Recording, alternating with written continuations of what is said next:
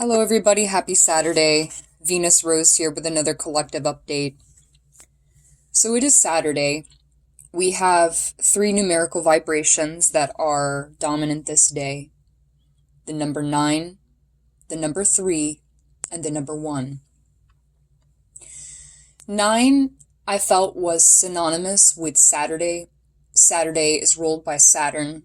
And if you've any interest or previous knowledge of Hebrew mysticism, you'll understand that throughout the week you are working and cultivating your manifestation. Saturday is kind of the day where things are getting ready to complete. Friday you would kind of turn in your paperwork per se, and then Saturday the grading gets done, and then Sunday it publishes the results, okay? So 9 is like the end, the transformation. It is synonymous also with snake. Again, a symbol of transformation and shedding the skin, shedding the old, shedding what is dead, making space for change. We also have the number 3, which is about movement. It is about cycles. It is about cycles of creation and manifestation. It is also associated with an animal of movement, which is the camel, but the camel is also endurance. And then, of course, number 1. Number 1 today is about beginning at the beginning.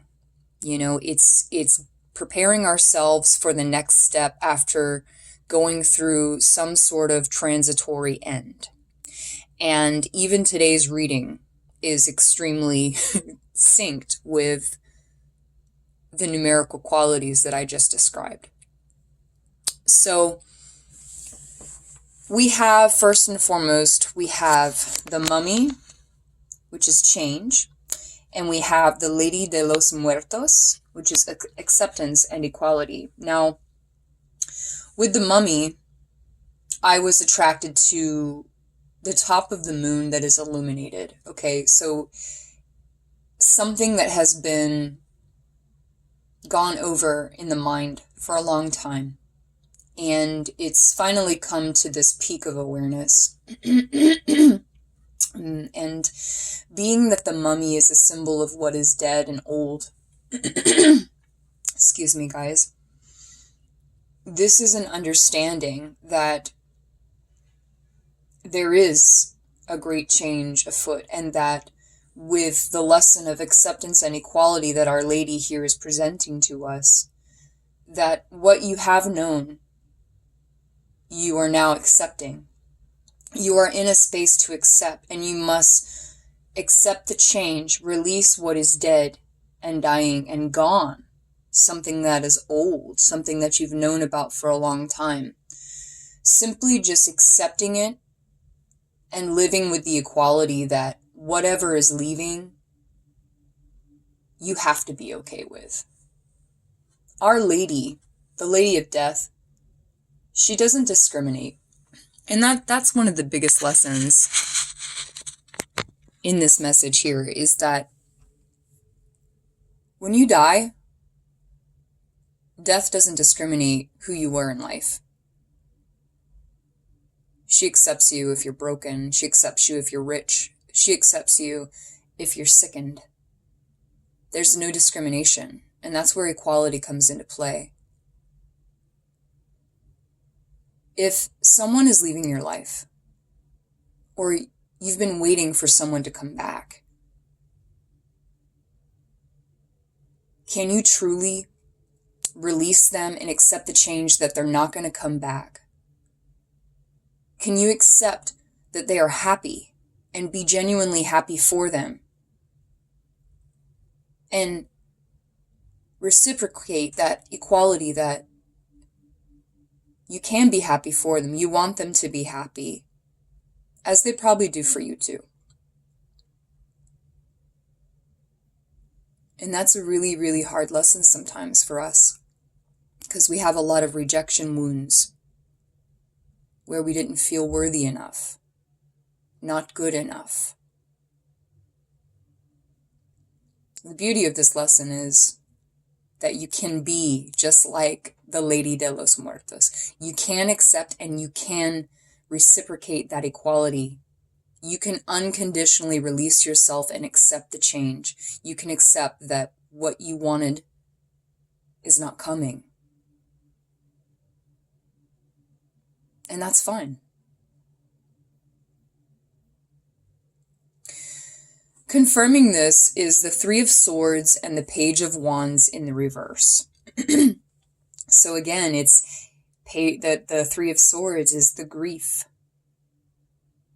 the heartbreak, what is dead and gone. Here is there's the three with today's vibration. Releasing a cycle and letting it go and accepting what is. The Page of Wands in the reverse is, an immaturity. But the page, although a young page, possesses a wand.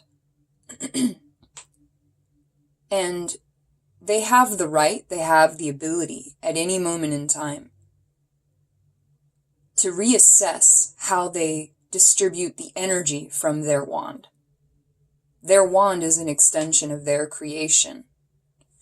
And if they should choose to stay in this immature state and manipulate the power of their wand by not controlling it, by staying the same in the same mindset, then it is their will, then it is their lesson to repeat over and over again. Until they take the time to address and accept the change that is occurring, that is meant to occur, that what they thought would happen isn't happening. Until they can turn around and face that, can they then readjust the way that they're extending their magic, extending their will, extending their actions and reactions emotionally and mentally to those around them, to their environments. A young page who has the ability to take a look and use their power and harness it correctly, properly, without discrimination.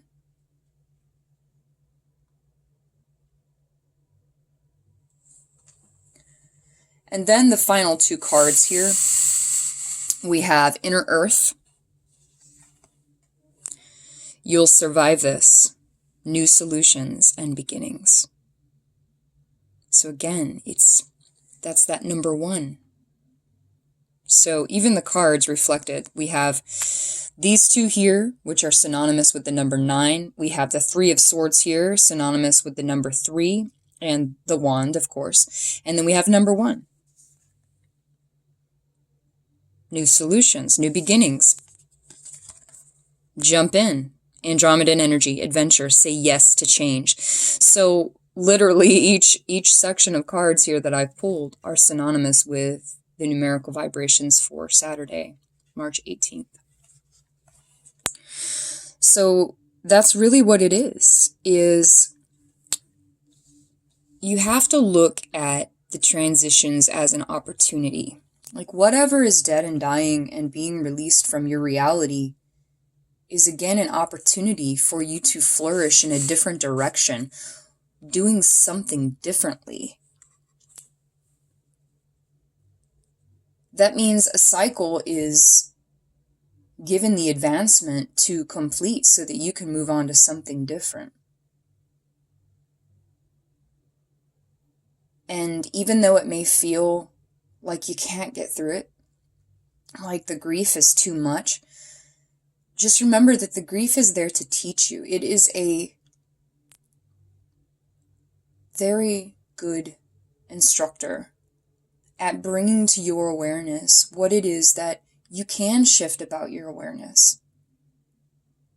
It reminds you that you've been through this before and you can go through it again, and you will probably go through it again in the future. That's the thing. Everybody who runs from grief and sadness and sorrow, they miss out on an opportunity to learn something. And then instead the the challenges get more difficult, the lessons get a little harder. So that which they run from becomes something that just keeps manifesting and resurfacing in their life. So when the young page can take a look at what's hurting them, what's triggering them, what is permitting, what is permitting growth but also prohibiting growth. When they can honestly take a look at it and approach it from a state of non-attachment, then they understand that they are not what has happened to them.